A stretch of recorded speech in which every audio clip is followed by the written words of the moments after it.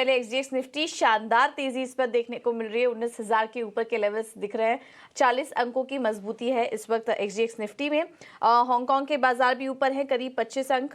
Korea के बाजार भी हरे निशान में कारोबार कर रहे हैं, लेकिन जापान के बाजार में हल्की कमजोरी है। 211 अंकों की गिरावट इस वक्त निकाई के बाजारों में देखने को मिल रही है, लेकिन चीन के बाजार भी हरे निशान में ही कारोबार कर रहे हैं। तो अच्छे संकेत मिल रहे हैं इस वक्त एक्सजीएक्स निफ्टी से, और ग्लोबल मार्केट से भी जो संकेत मिले हैं वो काफी अच्छे हैं। हालांकि काफी सारी इवेंट्स हुए इस बीच, काफी सारे डेटा आए हैं, और इस बीच यहाँ पर सेंट्रल बैंकों की बैठक हुई थी, तो उसमें भी बहुत सारे बयान निकल कर आए। लेकिन ग्लोबल मार्केट और अमेरिकी बाजार ने रिएक्ट किया इस बात पर कि जो मंदी का जो डर है वो कहीं ना कहीं कम होता हुआ नजर आ रहा है, और उसी वजह से हम देख रहे हैं कि दुनिया भर के बाजार, बॉन्ड मार्केट, कमोडिटी मार्केट पर उसका असर देखने को मिला। डाउ जोन्स 250 अंकों से ज्यादा की क्लोजिंग हमने डाउ जोन्स में देखी। इसके अलावा S&P 500 की भी बात करें तो वहां पर भी करीब %0.5 की बढ़ोतरी थी। नैस्डैक भी दिन भर मजबूती के साथ ही कारोबार कर रहा था, लेकिन क्लोजिंग जो है वो सपाट हुई थी। तो ओवरऑल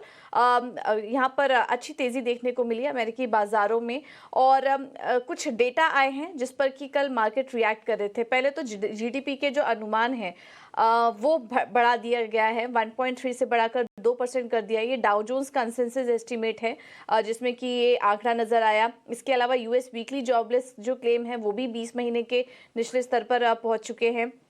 और Federal Reserve annual stress test, एक रिपोर्ट यहाँ पर जारी हुई फेड की तरफ से, जिसमें कि उन्होंने कहा है कि जो बैंकों के हालात हैं वो इस वक्त काफ़ी मजबूत स्थिति में है और मंदी का सामना करने के लिए सक्षम है। और जब इस तरह की रिपोर्ट्स आई, हमने देखा कि बैंकिंग स्टॉक में भी शानदार तेजी थी, जिससे कि बाजार की तेजी को सपोर्ट मिला। अब आज एक अहम आंकड़ा आएगा जिस पर कि फेड की काफ़ी क्लोजली नज़र होती है, और वो है पीसीई के आंकड़े। ये महंगाई का ही एक आंकड़ा होता है, कोर इन्फ्लेशन की तरह इसको देखा जाता है, जिसमें कि अनुमान है कि इसमें 0.3% की बढ़त देखने को मिल सकती है मई महीने में, पिछले महीने के 0.4% के मुकाबले। तो ये आंकड़ा काफी इंपॉर्टेंट होगा। इस बीच आपके स्क्रीन पर जून में चीन की मैन्युफैक्चरिंग पीएमआई के भी आंकड़ा है, और अनुमान के मुताबिक ये नंबर्स देखने को मिल रहे हैं। तो ये भी एक अपडेट आ रहा है चीन की तरफ से, और उसका रिएक्शन हम इस वक्त एशियाई मार्केट में देख रहे हैं।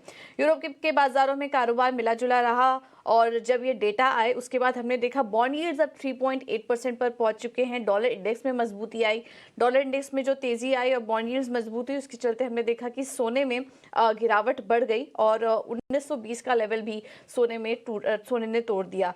कच्चे तेल के लिए काफी मिला जुले फैक्टर्स निकल कर आ रहे थे, तो हमने दोनों साइड के फैक्टर्स यहाँ पर प्ले आउट होते हुए देखे। कच्चे तेल में पहले तो क्रूड इन्वेंट्री में गिरावट हुई है, क्योंकि ट्रैवल डिमांड बढ़ रही है, सप्लाई में कमी आई, जिसके चलते कच्चे तेल को सपोर्ट जरूर मिला। लेकिन दूसरी तरफ ब्याज दरों में बढ़त की चिंता भी आगे बढ़ती जा रही है, तो उसका भी असर हमने कच्चे तेल पे देखा। तो कच्चे तेल में काफी उतार चढ़ाव भरा माहौल था। ओवरऑल अगर संकेतों की बात करें तो इस वक्त संकेत अच्छे नजर आ रहे हैं। एशियाई मार्केट की भी पॉजिटिव शुरुआत देखने को मिल रही है। ये जो आंकड़े आए हैं इसको हम रीड करेंगे। चीन में मैन्युफैक्चरिंग पीएमआई के जो नंबर्स आए हैं, इससे मार्केट किस तरह से देखता है, और आगे एशियाई बाजारों की चाल इस पर कैसी होती है, इस पर हम नज़र बनाए रखेंगे। लेकिन चलिए, ये तो बात हुई ग्लोबल मार्केट से अपडेट की, बट अब एफआईआईज और डीआईएस के आंकड़े कैसे हैं वो भी एक बार आपके सामने रखेंगे। 28 जून को हमने देखा रिकॉर्ड लेवल्स का दिन था भारतीय मार्केट के लिए, और वैसा ही कुछ आंकड़ा भी हमने देखा। एफआईआईज की तरफ से शानदार बाइंग आई, 12,350 करोड़ की खरीदारी कैश मार्केट में एफआईआईज की तरफ से देखने को मिली। हालांकि दूसरी तरफ घरेलू निवेशकों ने बिकवाली की, लेकिन बहुत बड़ा आंकड़ा नहीं, 1,000 के आसपास की 1,000 करोड़ के आसपास की यहाँ पर बिकवाली डीआईएस की तरफ से देखने को मिली। इंडेक्स फ्यूचर में 850 करोड़ के बिकवाली का आंकड़ा है, और इंडेक्स ऑप्शन में 3,464 करोड़ की बिकवाली का आंकड़ा एफआईआईज की तरफ से नजर आ रहा है। तो ये है अपडेट एफआईआईज और डीआईएस के आंकड़ों का।